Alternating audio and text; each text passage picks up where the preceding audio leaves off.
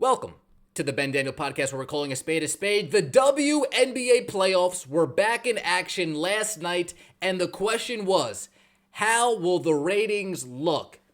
After Caitlin Clark put up 1.84 million viewers all by herself on ABC, being the largest watched WNBA game on an NFL football Sunday, how will a non-Caitlin Clark evening perform? Now, the non-Caitlin Clark games on Sunday, they didn't perform too well. The Seattle Storm versus Los Angeles Aces, 461,000. The Atlanta Dream versus the New York Liberty, 410,000. The Phoenix Mercury versus the Minnesota Lynx, 403,000. So to be fair, it wasn't looking like the numbers were going to be too impressive. However, the numbers were in, and I think we had this misjudged by a little bit, folks. WNBA last night, Seattle Storm, Las Vegas Aces, 990,000 viewers on ESPN, just shy of that oh-so-coveted million viewer mark. Don't worry, Caitlin Clark's going to get that tonight. Have no fear, CC is here. Atlanta Dream, New York Liberty, 860,000 viewers on ESPN last night, 140,000 shy of the coveted 1 million viewer mark. Don't worry, Caitlin Clark will get that tonight. Have no fear, CC is here. Folks, you add these two games up and you finally get a number that is larger than what Caitlin Clark did, 1.84 million views. A lot of people, including myself, were joking. We were all laughing at this. 460, 410, 403. Caitlin Clark did more. If you combine all those numbers from Sunday's game, you are still around 500,000 viewers short of eclipsing what Caitlin Clark did in the first round.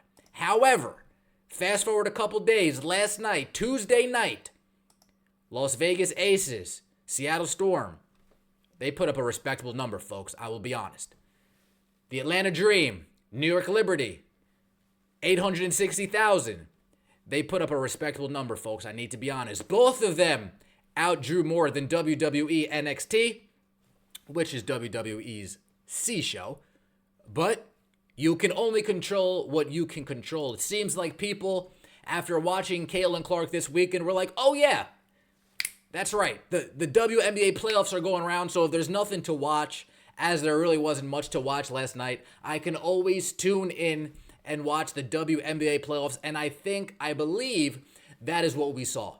We saw a lot of people who tuned in, saw Caitlin Clark on Sunday, didn't feel like watching the other games because, football was going on, but said, hey, if there's nothing else going on, I guess this product isn't that bad. If there's nothing else going on, I'll give it a shot and I'll watch some WNBA TV. So, the question is, how will these numbers look moving forward?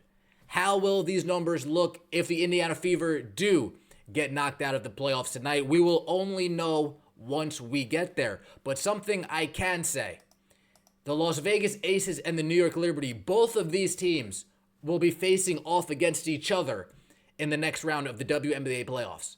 And if they're not going head-to-head against the NFL, if they're not going head-to-head against college football, because only Caitlin Clark can do that, if they have a clean slate and no competition, these games will reach over 1 million views, folks. I do believe so. I do believe that the Liberty versus the Aces, the next round will get over 1 million views. A main driving factor being not Asia Wilson, but Sabrina Ionescu. These last few games are reminding people what we saw from her in 2019 when she was at Oregon.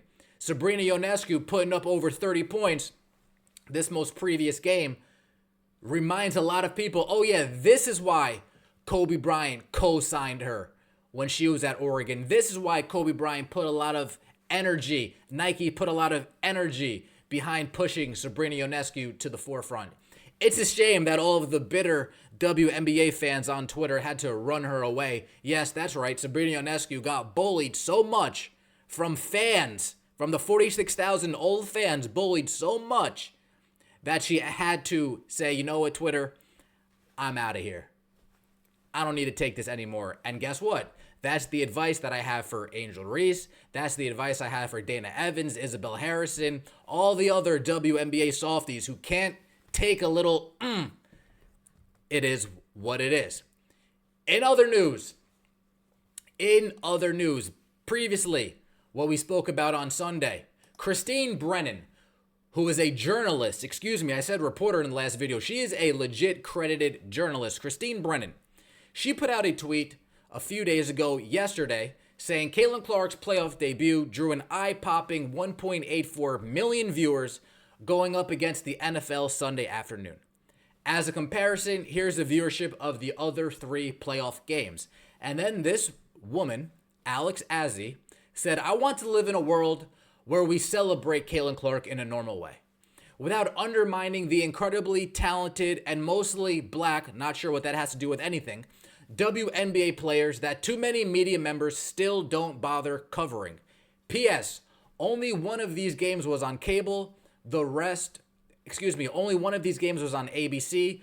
The rest were on cable. Before I get into my point, let's just reiterate what we saw last night. It doesn't matter if it's on cable, Alex. If people want to watch the product, as we saw last night, they will choose to sit down and watch the product.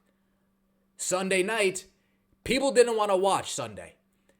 People only wanted to watch Caitlin Clark. People wanted to watch their NFL team. People wanted to watch whatever they wanted to watch on Sunday afternoon. So it has nothing to do with one game being on ABC and one game and a few other games being on cable. But speaking to that point, what's the excuse over here? When Caitlin Clark isn't even on ESPN, isn't even on ABC, when she's thrown on NBA TV and still does large numbers. You're telling me the first playoff game of the year for the Las Vegas Aces, Seattle Storm, New York Liberty, Atlanta Dream, you're telling me the first playoff game of the year for those teams only did 400,000, yet a random regular season game in the middle of the year does over 500,000, 600,000 consistently because Caitlin Clark is there? Sometimes these people just want to cry and they don't actually look inside the numbers. They actually don't follow the trends. They end up talking too much, and in fact, we wind up putting our foot in our own mouth. So Alex Azzi, I would really appreciate it if you take your foot out of your mouth. But this isn't just a random person. No. This is a producer of the Good Game podcast with Sarah Spain, where they talk women's basketball, women's media, etc., etc. I know a lot about sports and the Paralympics and the Olympics. Good for you. Previously, she was an NBC sports researcher and an editor. So being a sports researcher, I feel like we're just playing coy here, right? I feel like we're just acting foolish here. And the fact you're going to attack somebody like Christine Brennan, I think that's very disingenuous. I did my research on Christine Brennan. Christine Brennan's been doing this since 1981. Not only that, she was the first female sports reporter for the Miami Herald. She was the first woman at the Washington Post on the Washington Redskins beat in 1985. She was the first president of the Association for Women in Sports Media.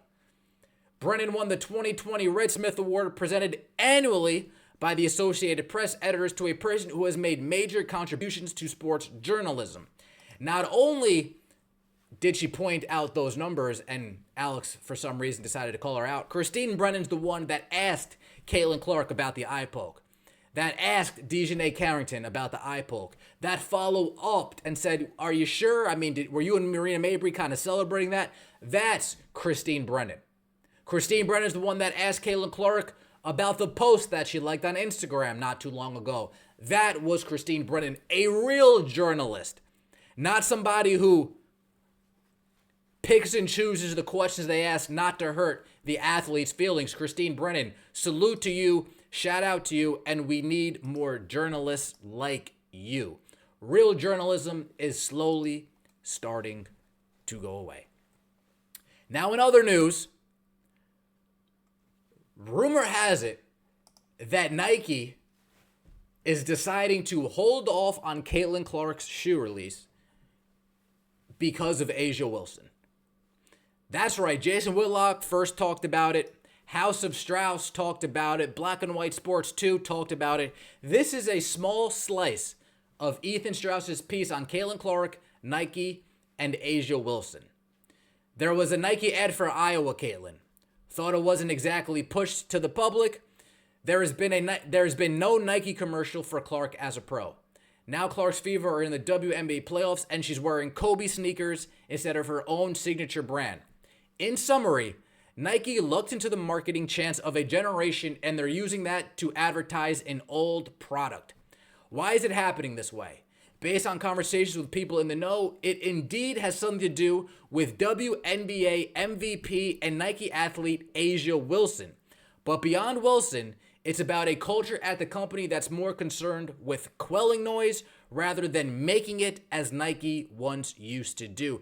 Nike used to be the company that was always first to the market, ahead of the curve, saw that player, pushed them out, saw this product, pushed it out. Instead, based on what we just read here, they're too busy worrying about not hurting A'ja Wilson's feelings. It was announced first that Caitlin Clark would be getting her shoe.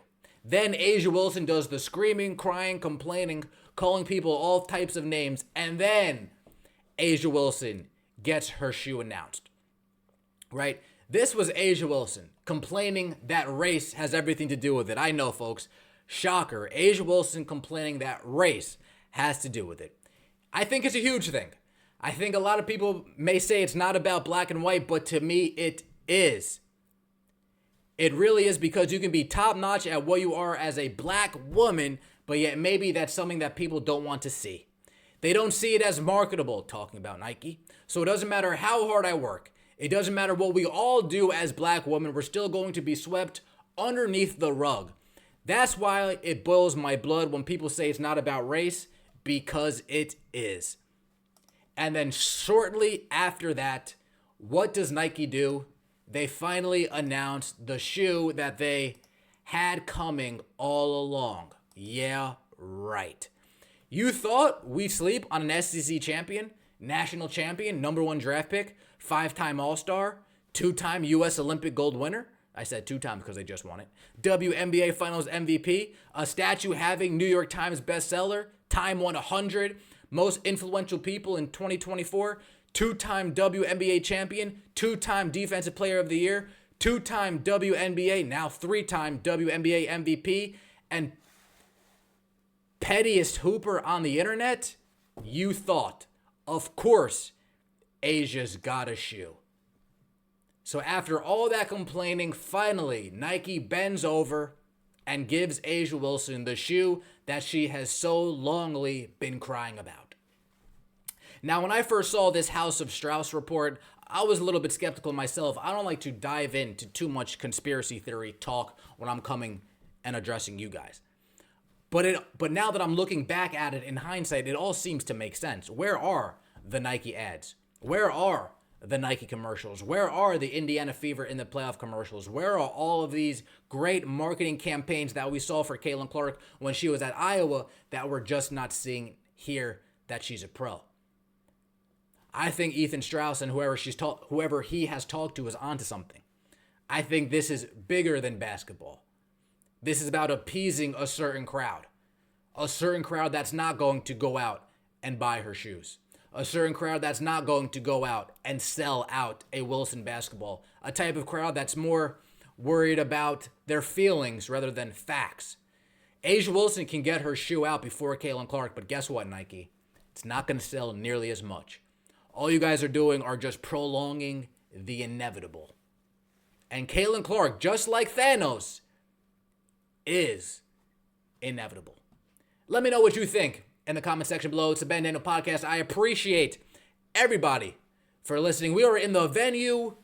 Oh, man, we're in the venue very shortly. I look forward to seeing you guys there, as always. Take it easy.